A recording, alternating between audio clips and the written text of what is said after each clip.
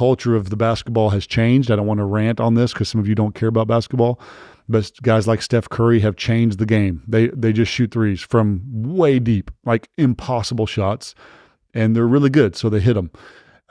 But it's changed the game. It's changed the culture of the game. And now you go to an eight-year-old's basketball game, and you got these little kids hurling up three-pointers from impossible distances that they will never be able to make it with consistency. And I just want to scream, shoot layups, not three-pointers. There'll come a day, right? There'll come a day, maybe, that you can shoot three-pointers, and it's the same with our organizations. Sometimes we try to go for the biggest goals. We try to create the biggest wins. And we try to shoot the deepest three-pointers on planet Earth and just hope and cross our fingers that they're going to go in the bucket. But if you'll look around your organization, there are a lot of opportunities to just get a win, to just get a layup.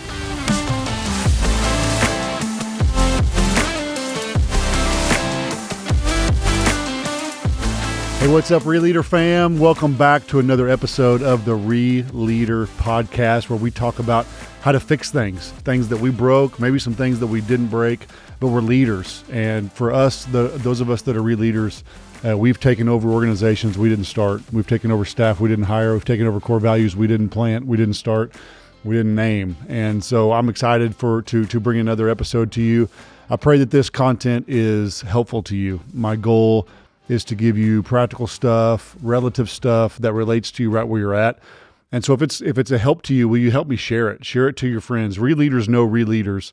And so I encourage you to share it, to post it on your social media pages, to give us a comment if you're on YouTube or one of our other platforms.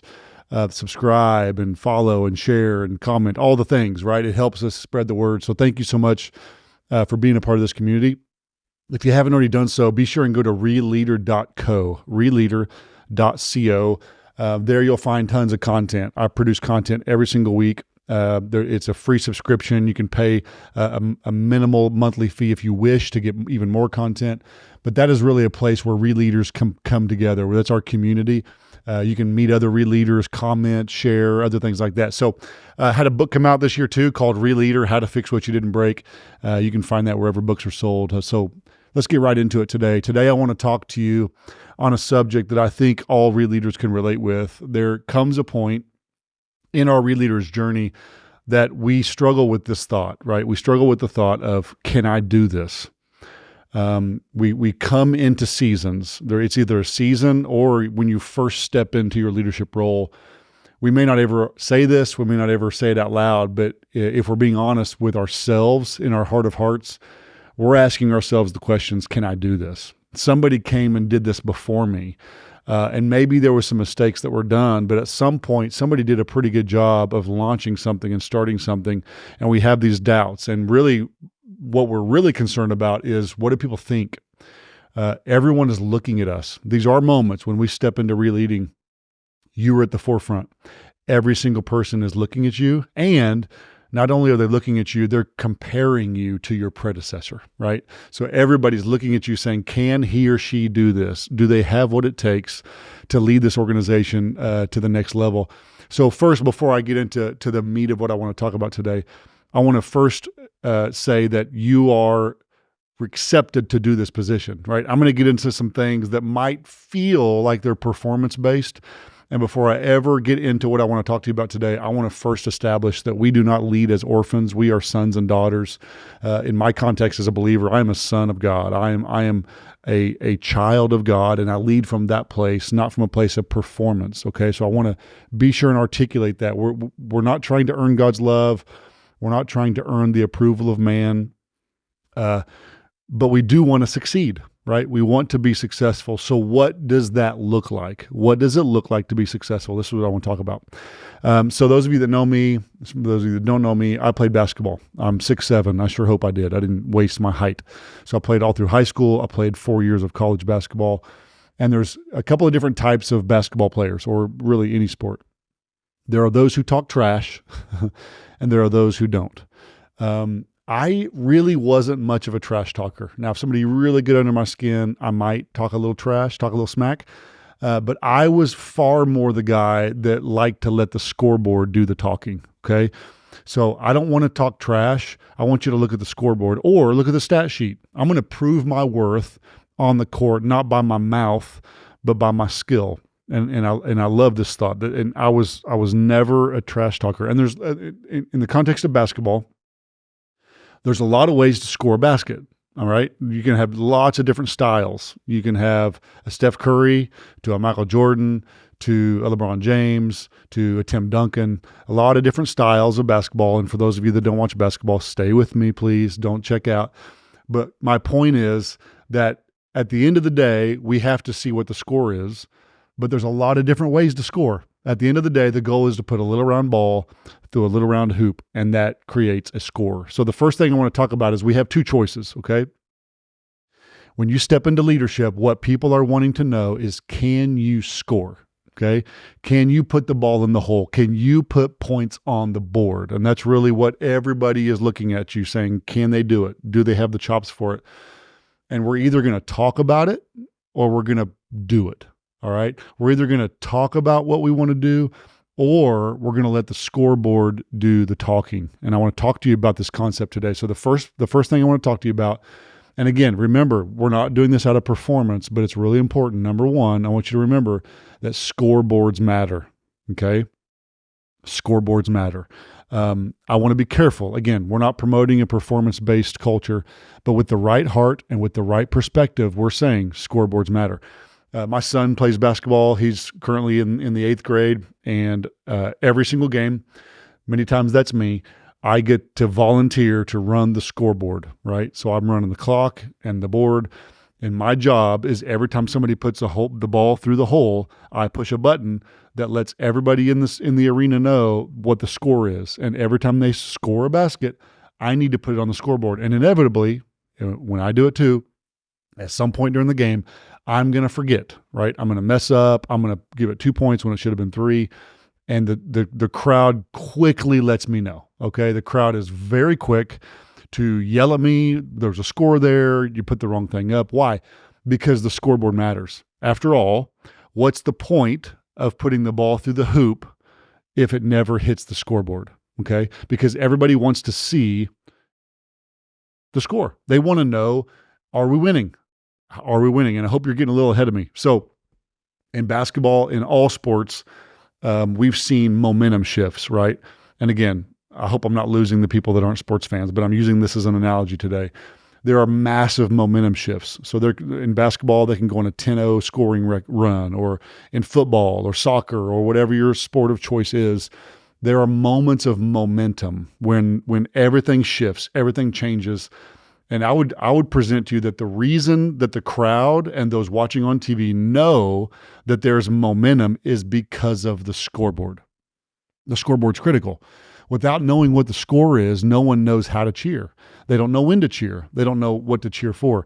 So an example, there's a church that I've been working with and consulting with a little bit from the perspective of ReLeading. And they're in a season of interim, in between, right? And I was talking to them about this idea, the very idea we're talking about today. It sparked this idea. It sparked this podcast of they need to produce wins. Right now, you need to show, in this context, it was a church, you need to show the congregation that this team knows how to put the ball in the basket. You know how to score points. And as we talked, what I began to pull out of them and ask them is, what are you guys doing? Are you guys experiencing wins? And they went on to list all kinds of amazing things happening in the church, from missions to salvations to baptisms. And all of the things that they were doing were spot on. And what I realized is they are putting the ball through the hoop. And then I began to ask them questions. Does the church know you're doing this? Does the board know you're doing this? Does your constituency base know that you're doing this? Has this been communicated? And on most of those items, the answer was no. So here's in essence what they were doing. They were putting all of their heart out on the court of church leadership.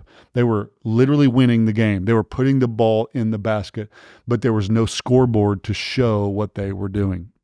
And so I challenged them, begin to put these points up on the scoreboard. Now you may be thinking, well, that's bragging. It's not bragging if you do it with the right heart. You do it with the right heart. You're showing your constituencies. If you're in the business world, you're showing your clients, you're showing your board, You're showing your shareholders that you know how to put the ball in the hole. So as ReLeaders, we are keenly aware, okay? We're keenly aware that scoreboards matter. And we're not driven by scoreboards, okay? We're not driven by the size of our church. We're not driven by the size of our business and how much money's in our bank. We don't want to be driven by that. But we certainly don't want to find our identity in that. But we understand that trust and momentum and even culture is measured by the scoreboard. And so we understand that scoreboards matter. Okay. The second thing is this. If scoreboards matter, what is a score for your organization? Okay. So write that down, put it on social media. Do you know what a score is? So again, in basketball, a little round ball goes through a little red hoop.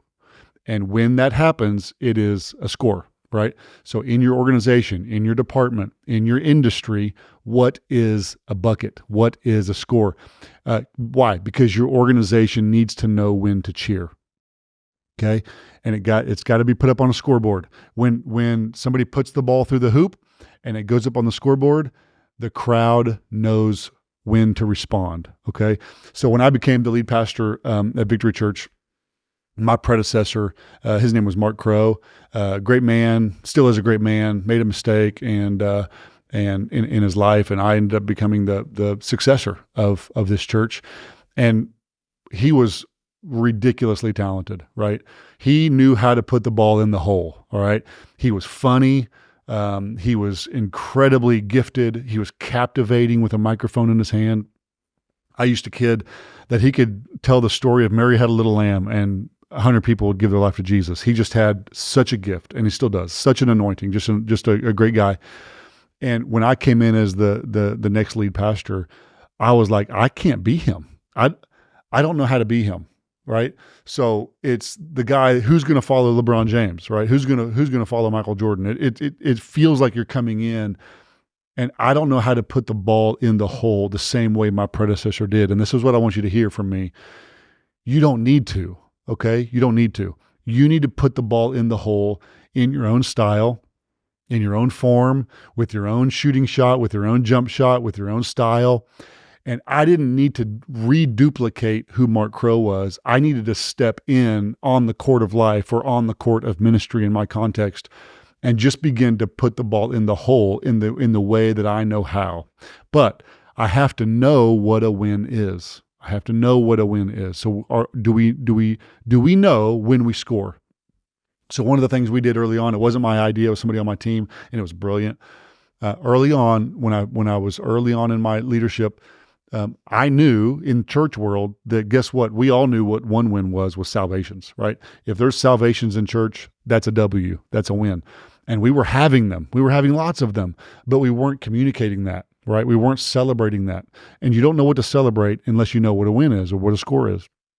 And so we started putting out every single week in our dream team rooms and our volunteer rooms, we would say, this week, this many people were saved. And then they'd come back the next week and it would go from that number to a higher number. And every day, every weekend when they showed up, it would show how many salvations we were at for the year. And that year, I think we had over 1,000 salvations. And what did it do? It gave our teams something to cheer for, something to celebrate. So we did something very easy. We developed a win. We created a win. We knew what the win was. And then we put it on the scoreboard. We put it on the scoreboard. And what I was proving to the church, and what I was trying to prove to those that I lead, is we can still score points without LeBron James, right? LeBron James may not be here anymore, but guess what? We're putting the same ball through the same hoop, and we're making progress as a church. And this is something really important. So what does that mean for business? For business, it may be, what is a score? What is a win? It may be revenue growth. It may be customer acquisitions. It may be customer retention rates. It could be quicker production of your products that you're manufacturing. Whatever it is, put it to paper, put it to pen, define what a win is. If you're in the nonprofit space, maybe it's a fundraising goal. Maybe there's an expansion of the services that you provide. Maybe there's a volunteer recruitment and engagement push. Maybe there's an awareness and an advocacy to measure. I'm just trying to throw it out there. You need to get with your team and you to get a big old whiteboard and say, what does it look like when we put the ball through the hoop, and how do we put it on the scoreboard so that our constituencies can celebrate this win with us? We won't know how to score unless we know what a score is. Okay. So we won't know how to score unless we know what one is. So we're going to be strategic, and we're going to be targeted, and we're going to know what a score is. All right. Last but not least, my last bit of advice today in today's episode is a pet peeve of mine in the game of basketball. Okay. So here it is. You ready? Shoot layups, not 3-pointers. All right. I think I'm going to get in my soapbox. All right. I'm going to get in my basketball soapbox for a minute. I'm a fundamental guy. I like to pass and screen and run plays and move the ball and look for the open guy. And the culture of the basketball has changed. I don't want to rant on this because some of you don't care about basketball, but guys like Steph Curry have changed the game. They just shoot threes from way deep, like impossible shots, and they're really good, so they hit them. But it's changed the game. It's changed the culture of the game. And now you go to an eight-year-old's basketball game, and you got these little kids hurling up 3-pointers from impossible distances that they will never be able to make it with consistency. And I just want to scream, shoot layups, not 3-pointers.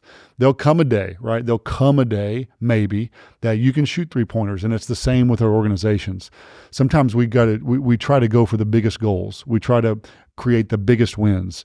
And we try to shoot the deepest 3-pointers on planet Earth and just hope and cross our fingers that they're going to go in the bucket.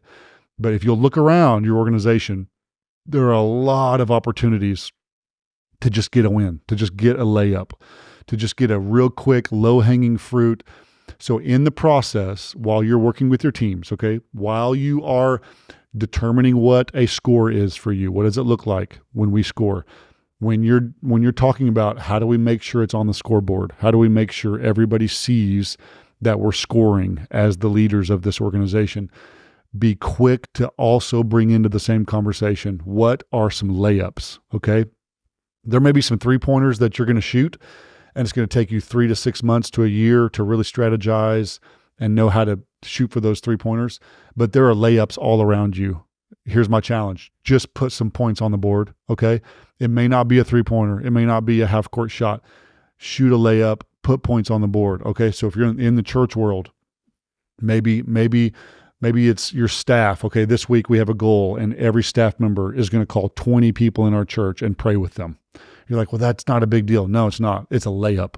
It's a layup. It's a win. People feel loved. They feel cared for. They feel heard. It's not a big deal. You didn't grow your church by 1,000 people. You didn't have a big conference and have the best speakers and the biggest names and have the biggest crowds, but you shot a layup and you put points on the board, right? So we're looking for layups. So maybe it's organizing a community service project for your church, and you're going to go out and pick up trash. You're like, well, that's not a big deal, John. I know it's not, but it's a layup, and it's building community and moving people beyond themselves and helping them serve the body of Christ as a whole. So we're looking for layups, okay? If you're in the business world, maybe you're streamlining customer service response times, and the average customer service call is 3 minutes. And this week we're going to chop that to 2:45. We're going to work at chopping down our customer service response times. So whatever it is, maybe you're implementing a referral program. If you're in the nonprofit world, maybe you're going to implement a newsletter. You've never done newsletters before. And it's, John, that's just an email that's going to go out once a month. I know it's not going to change the world, but it's a layup. Okay. So we're looking for layups. There will come a day, and I believe it, that you can drain 3-pointers with the best of them. But today, as the new ReLeader, right, as the person who's just trying to move the ball down the court, we're just going to look for layups. All right. We're looking for layups. So no more talk, no more excuses. We're not talking trash about what we would do or could do or should do. We are pointing to the scoreboard because we're about to put points on the scoreboard. Okay. So let's recap. What did we learn today? Scoreboards matter. Scoreboards matter. We don't find our identity in them. We're not obsessed with them, but we understand that trust and momentum and even culture is measured by scoreboards. Okay. So we want to find ways to communicate the wins that we're having and put them on the scoreboard. The second thing was, what is a score for us? What does it look like for our organization or our department or you individually? What does it look like for me to score? And when do I want the crowds or my congregation? How do they know when we're putting points on the board? Find out what it is. You can't do it. You can't replicate it until you know what it is. And last but not least, shoot layups. All right. Shoot layups, not 3-pointers. Hey, I hope this was encouraging to you. I hope it was just a little bit challenging. I hope it was a lot challenging. I hope that it blessed you. Again, if this blessed you, share it. Okay. You've all got a copy button on your phone. So copy and paste. Send this to 5 ReLeaders. Send it to 10 ReLeaders. And tell them that they need to hear this encouragement. Have them join this ReLeader community. It's such an honor to do this with you. Thank you all for listening. Until next time, let's go fix some stuff.